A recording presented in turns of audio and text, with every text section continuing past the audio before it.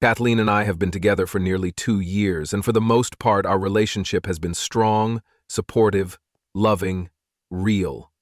But there's always been this third presence in our relationship: her family. Her family is intense, close in a way that often crosses into enmeshment. Every holiday, every weekend, every major decision filtered through what her family expects.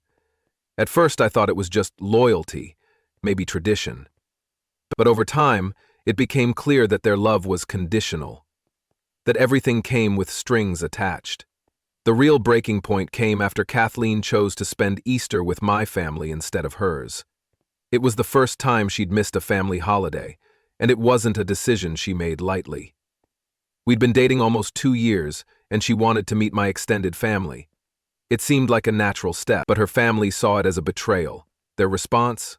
Cold, distant, punitive. Then came the wedding. Maya, Kathleen's cousin and lifelong best friend, was getting married. They'd always dreamed of standing in each other's weddings, but not only was Kathleen excluded from the bridal party, she wasn't invited at all. No explanation, no conversation, just silence. And the timing? The wedding was set for Christmas Eve, knowing it would create emotional conflict and guilt. Even if we weren't invited, Kathleen would feel pressure to be present, torn between obligation and self-respect. It was a clear message: you're out. You stepped out of line, and this is your punishment. Kathleen spiraled. She kept saying maybe if she just apologized, promised to always put family first, they'd forgive her. But I could see it for what it was: a power play. They wanted her to crawl back, promise never to choose me or anyone else over them again. What hurt most was how disproportionate their reaction was. Missing one holiday shouldn't be the end of the world, but to them, it was the ultimate betrayal. And if they couldn't handle that, how could we possibly move forward with our life together? Every vacation, every weekend, every decision filtered through her fear of disappointing them. Eventually, I admitted something hard. Kathleen wasn't ready for a serious adult relationship, not because she didn't love me, but because she couldn't set boundaries. Everything we did came with the caveat of, what will my family think? And no amount of love could fix the trauma they'd buried in her.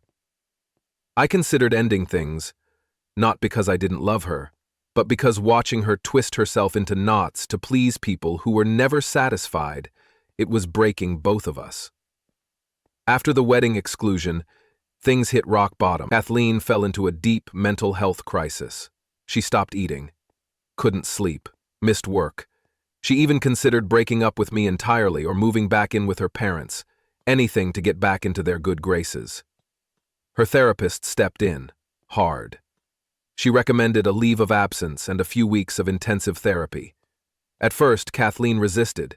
She didn't want to admit her family's behavior was abusive, but something had broken in her. She couldn't deny anymore how cruel their actions had been. She stayed with a friend and cut off contact, with her family and with me. It was the longest we'd ever gone without talking. I prepared myself for the worst, that she'd choose them, that our story would end there. But when she came back, something was different. She was still hurting, but she wasn't blaming me anymore. The therapy had helped her see the patterns, the manipulation, the guilt, the strings disguised as love. She realized the closeness she'd always clung to was actually control. She made the hardest decision of her life. She went low contact with her family. She wrote them a letter explaining she needed space, that she was focusing on her mental health, and wouldn't be attending family events for the foreseeable future. Their response was predictable: guilt, accusations, voicemails calling her selfish, brainwashed. She almost gave in, but what stopped her was remembering that Easter weekend with my family. How calm it felt, how normal, how safe. We started couples therapy. Slowly, painfully, we rebuilt. She stopped asking what her family would think and started asking what she wanted. We made decisions together, without fear. For the first time, we were planning a future instead of just surviving the present. And a few months ago, I proposed. She said yes without hesitation.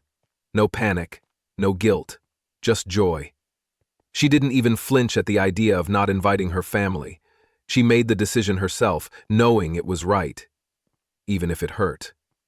When they found out, through social media, the reaction was everything you'd expect. Her mom left a voicemail saying I was stealing her away, that she'd regret this forever. Kathleen listened to it once and deleted it. Not out of spite, but peace. We're not totally no contact. Kathleen still sends her parents a birthday and Christmas card. She's open to reconciliation if they get help and acknowledge the harm they caused, but she's not waiting for that. She's living now, on her terms. We're building our own family. My mom calls Kathleen just to check in. My sister is helping plan the wedding. It's not a replacement for the family she lost, but it's a start. A better one. Some days are still hard. The holidays sting. She still grieves the fantasy of a loving, supportive family. But overall, she's thriving. Pursuing friendships, rediscovering herself, loving more freely. This journey wasn't easy, and it's far from over. But if you're in a similar place, trapped between toxic loyalty and the life you want, it can get better. Just know this: wanting to change and being able to change are different things, and no one can do the work for you. But once you choose yourself and someone who loves the real you, everything starts to shift. Thank you to everyone who listened, supported, and reminded me I wasn't crazy. We made it through, together.